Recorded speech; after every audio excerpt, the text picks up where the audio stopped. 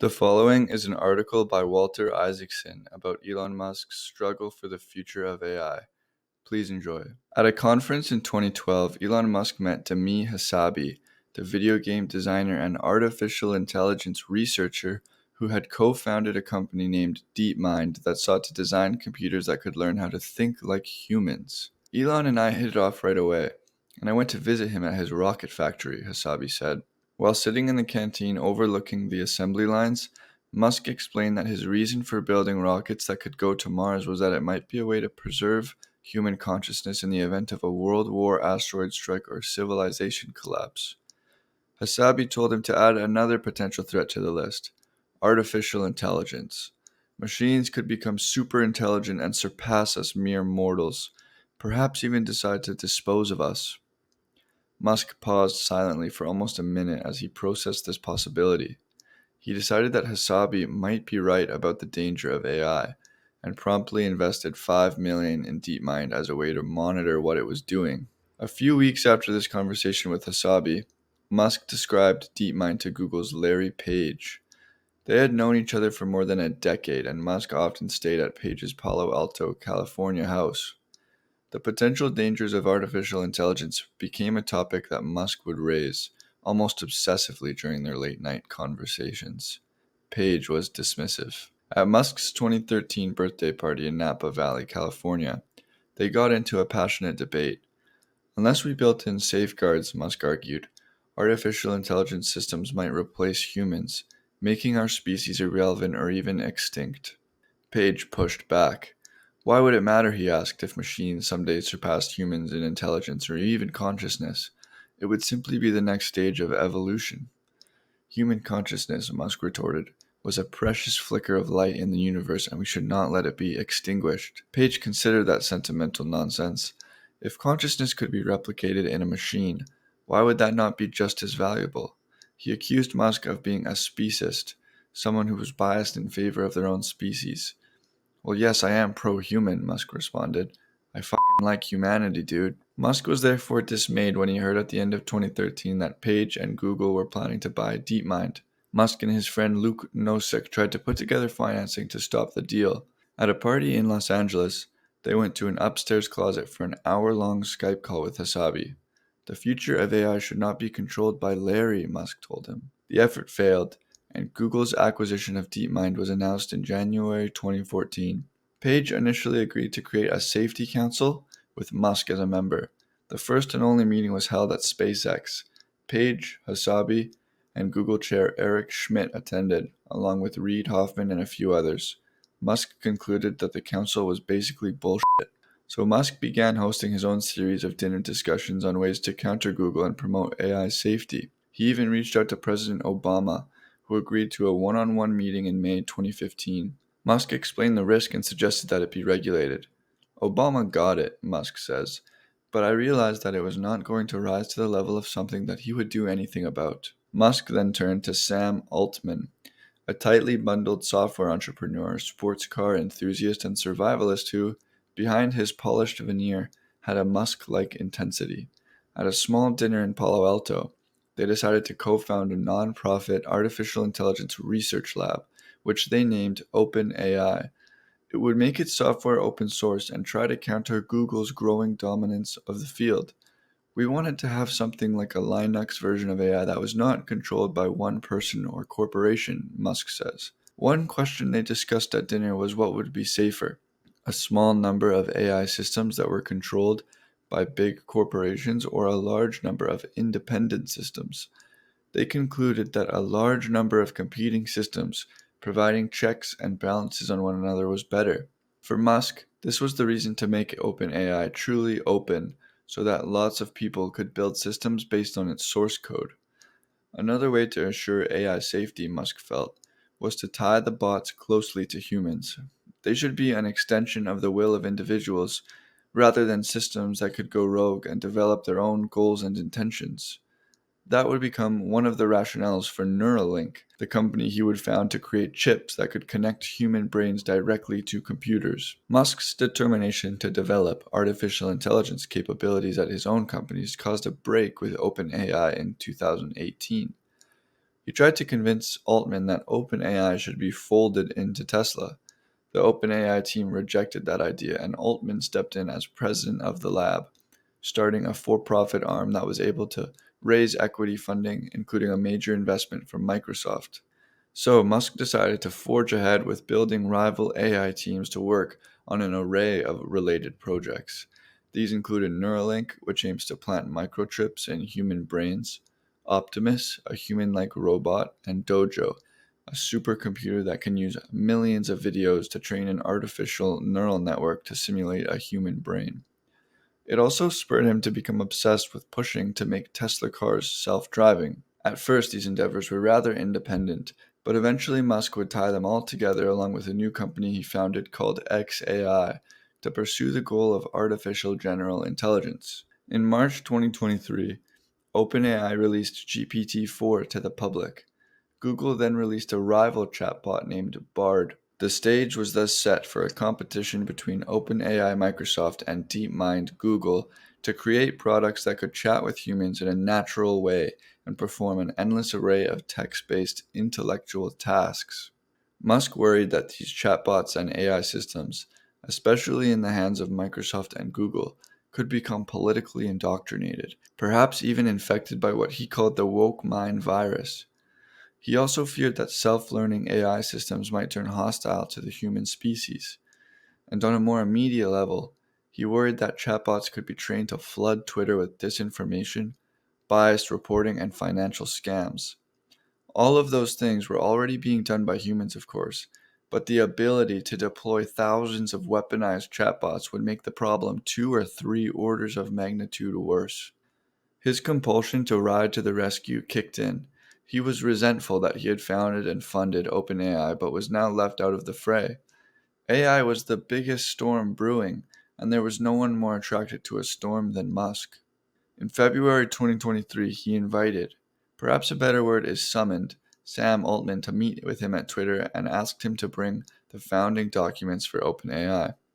Musk challenged him to justify how he could legally transform a nonprofit funded by donations into a for-profit that could make millions.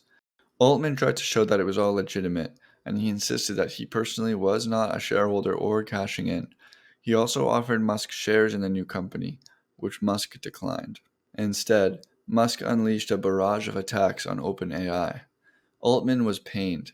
Unlike Musk, he is sensitive and non-confrontational. He felt that Musk had not drilled down enough into the complexity of the issue of AI safety. However, he did feel that Musk's criticisms came from a sincere concern.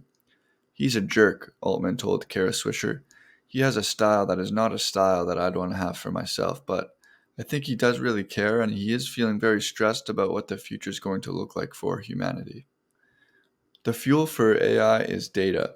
The new chatbots were being trained on massive amounts of information, such as billions of pages on the internet and other documents.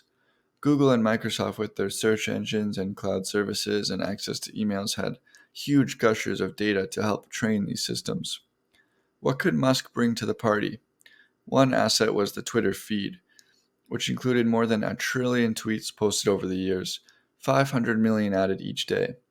It was humanity's hive mind, the world's most timely data set of real-life human conversations, news, interests, trends, arguments, and lingo. Plus, it was a great training ground for a chatbot to test how real humans react to its responses. The value of this data feed was not something Musk considered when buying Twitter. It was a side benefit, actually, that I realized only after the purchase, he says. Twitter had rather loosely permitted other companies to make use of this data stream. In January 2023, Musk conveyed a series of late-night meetings in his Twitter conference room to work out ways to charge for it. It's a monetization opportunity, he told the engineers. It was also a way to restrict Google and Microsoft from using this data to improve their AI chatbots. He ignited a controversy in July when he decided to temporarily restrict the number of tweets a viewer could see per day. The goal was to prevent Google and Microsoft from scraping up millions of tweets to use as data as they train their AI systems. There was another data trove that Musk had, the 160 billion frames per day of video that Tesla received and processed from the cameras on its cars. This data was different from the text-based documents that informed chatbots. It was video data of humans navigating in real world situations. It could help create AI for physical robots, not just text generating chatbots. The holy grail of artificial general intelligence is building machines that can operate like humans in physical spaces, such as factories and offices and on the surface of Mars, not just wow us with disembodied chatting. Tesla and Twitter together could provide the datasets and the processing capability for both approaches, teaching machines to navigate in physical space and to answer questions in natural language. This past March, Musk texted me, "There are a few important things I would like to talk to you about. Can only be done in person." When I got to Austin, he was at the house of Siobhan Zillis, the Neuralink executive who was the mother of two of his children and who had been his intellectual companion on artificial intelligence since the founding of OpenAI 8 years earlier. He said we should leave our phones in the house while we sat outside because, he said, someone could use them to monitor our conversation. But he later agreed that I could use what he said about AI in my book. He and Zillis sat cross-legged and barefoot on the poolside patio with their twins, Strider and Azure, now 16 months old, on their laps. Zillis made coffee and then put his in the microwave to get it super hot so he wouldn't chug it too fast. "What can be done to make AI safe?" Musk asked. "I keep wrestling with that. What actions can we take to minimize AI danger and ensure that human consciousness survives?" He spoke in a low monotone, punctuated by bouts of almost manic laughter. The amount of human intelligence, he noted, was leveling off. People were not having enough children. Meanwhile, the amount of computer intelligence was going up exponentially, like Moore's law on steroids. At some point, biological brain power would be dwarfed by digital brain power. In addition, new AI machine learning systems could ingest information on their own and teach themselves how to generate outputs, even upgrade their own code and capabilities. The term singularity was used by the mathematician John Newman and the sci-fi writer Werner Vinge to describe the moment when artificial intelligence could forge ahead on its own at an uncontrollable pace and leave us mere humans behind. "That could happen sooner than we expected," Musk said in an ominous tone. For a moment I was struck by the oddness of the scene. We were sitting on a suburban patio by a tranquil backyard swimming pool on a sunny spring day, with two bright-eyed twins learning to toddle, as Musk somberly speculated about the window of opportunity for building a sustainable human colony on Mars before an AI apocalypse destroyed earthly civilization. Musk lapsed into one of his long silences. He was, as Illis called it, batch processing, referring to the way an old-fashioned computer would queue up a number of tasks and run them sequentially when it had enough processing power available. "I can't just sit around and do nothing," he finally said softly. "With AI coming, I'm sort of wondering whether it's worth spending that much time thinking about Twitter. Sure, I could probably make it the biggest financial institution in the world, but I have only so many brain cycles and hours in the day. I mean, it's not like I need to be richer or something." I started to speak, but he knew what I was going to ask. "So what should my time be spent on?" he said. "Getting Starship launched. Getting to Mars is now far more pressing." He paused again, then added, "Also, I need to focus on making AI safe. That's why I'm starting an AI company." This is the company Musk dubbed X.AI. He personally recorded Igor Babushkin, formerly of DeepMind, but he told me he would run it himself. I calculated that would mean he would be running 6 companies. That was 3 times as many as Steve Jobs at his peak. He admitted that he was starting off behind OpenAI and creating a chatbot that would give natural language responses to questions. But Tesla's work on self-driving cars and Optimus, the robot, put it way ahead in creating the type of AI needed to navigate in the physical world. This meant that his engineers were actually ahead of OpenAI in creating full-fledged AGI, which requires both abilities. "Tesla's real-world AI is underrated," he said. "Imagine if Tesla and OpenAI had to swap tasks. They would have to make self-driving, and we would have to make large language model chatbots. Who wins? We do." In April, Musk assigned Babushkin and his team 3 major goals. The first was to make an AI bot that could write computer code.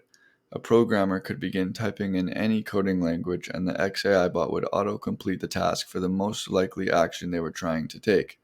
The second product would be a chatbot competitor to OpenAI's GPT series, one that used algorithms and trained on datasets that would ensure its political neutrality. The third goal that Musk gave the team was even grander. His overriding mission had always been to assure that AI developed in a way that helped guarantee that human consciousness endured. That was best achieved, he thought, by creating a form of AGI that could reason and think, and pursue truth as its guiding principle. You should be able to give it big tasks like build a better rocket engine. Someday, Musk hoped it would be able to take on even grander and more existential questions. It would be a maximum truth-seeking AI. It would care about understanding the universe, and that would probably lead it to want to preserve humanity because we are an interesting part of the universe. That sounded vaguely familiar, and then I realized why. He was embarking on a mission similar to the one chronicled in the formative, perhaps too formative, Bible of his childhood years, the one that pulled him out of his adolescent existential depression. The Hitchhiker's Guide to the Galaxy, which featured a supercomputer designed to figure out the answer to the ultimate question of life, the universe, and everything. Thank you guys for listening. That was Walter Isaacson's writing on Elon Musk, and he's been following him around for about a year now. And his full book comes out September 12th, so I will put the link in the description. I'm off for the weekend to visit my mother, so there won't be any videos, but I will see you guys early next week. Bye.